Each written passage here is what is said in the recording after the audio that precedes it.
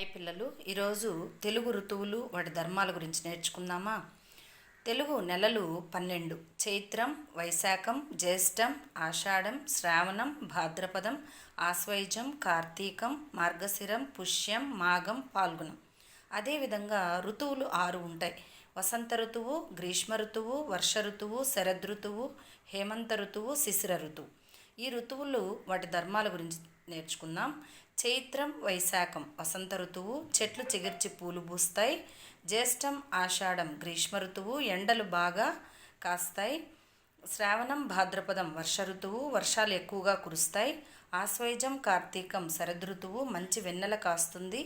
మార్గశిరం, పుష్యం హేమంత ఋతువు, మంచు ఎక్కువగా కురుస్తుంది. మాఘం, ఫాల్గుణం శిశిర ఋతువు, చెట్లు ఆకులు రాలుతాయి.